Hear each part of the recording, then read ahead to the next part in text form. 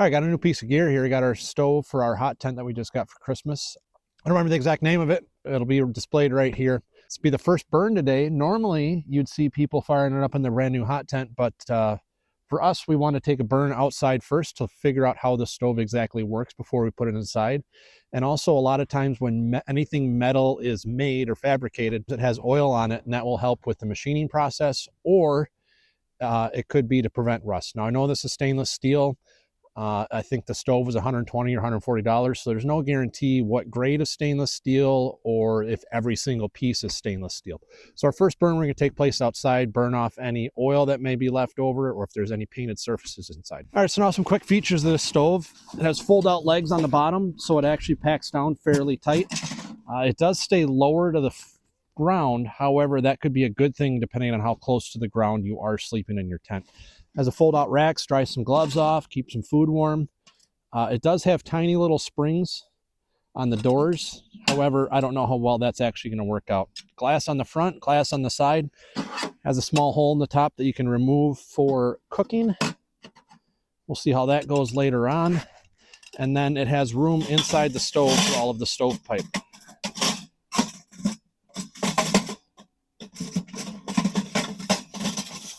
Okay, and the stovepipe slips together and actually has a pretty nice little fit to it. Does have a spark arrestor with 3 separate tie-out points for guy lines. And then for the bottom, it does have a damper. Damper has probably 3/8 to a 1/2 inch all the way around, so even in the dampers in the fully closed position, it still will allow smoke to vent out. So we're going to set all that up. Eli's going to give me a hand here. No, we had it right the first time. They're all the same. Yeah, it's a little tighter fit.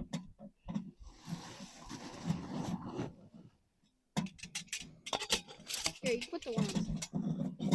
Okay. Give it a little turn when you put it on and it'll slide on easier. There you go. Now, if it were windy or we were in a tent, I would tie out the guy lines. However, for right now, I think we're going to be okay with what we're going to do here. So now down below here, we do have our damper. That would be the full open position. You can see the slots open up or it's the closed. And also pulling on this removes our ashtray and also has stakes, the guy lines for the flue, and some tools for assembly all in there. So we're going to put the tray back, open the damper, and now we're going to work on actually starting the fire.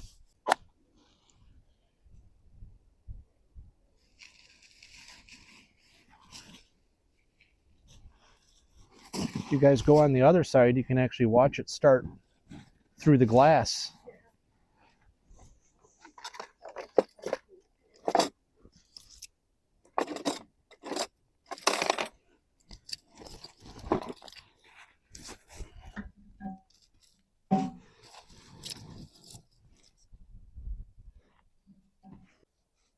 Thanks for pointing that out, Ethan. Damper should be open to light. So overall, this is a relatively small stove. I don't remember the exact dimensions. I believe it's shorter than 16 inches, so it won't accept a standard size chunk of firewood. However, we just wanted a small stove to get us going. We actually do have a large tent, but the stove being on the smaller side, we're not going to be camping outside when it's -20 or anything. So as long as it keeps it a little warmer, and even if we have to wake up in the middle of the night to stoke it up, I think we'll be all right. Why didn't we push the fire backwards when we started it? Push it backwards? Yeah. So as you light a fire, the heat will actually travel from the front to the back. So a hotter fire will be a fire that starts at the front and goes to the back. Otherwise, it just goes straight up through the flue. If it starts up here, then it has to flow backwards in order to make it out the flue. It's really cool. Seeing all those, like... Seeing the fire through the... Yeah, it'll be a great night light. Yeah. And you know those things that they'll have on TVs? Yeah. You're like, I'm bored. I'm going to watch the fire. And that's literally what this is. No, having the glass, it does radiate more heat, allows more heat out of it, but it also does illuminate the tent. And then it does provide a certain level of ambiance or entertainment, depending on how you want to look at it. The stovepipe is warm. I mean, I could probably only keep my hand on it for a second or two, but it does warm up. Oh, I need some warm.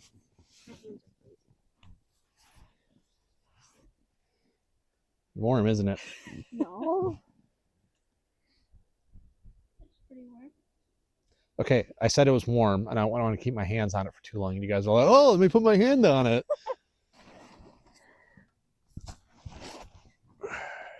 Some people, they I wish these were split.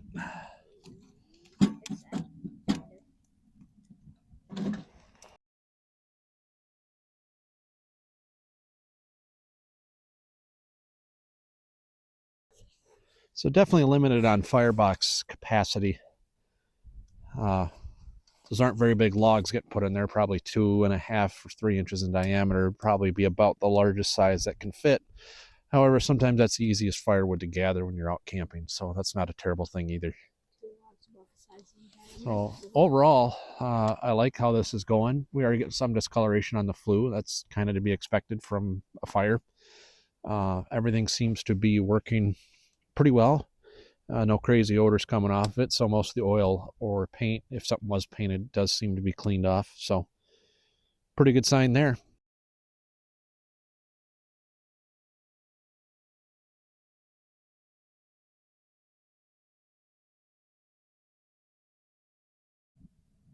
As you can tell, it's a pretty tight fit in there.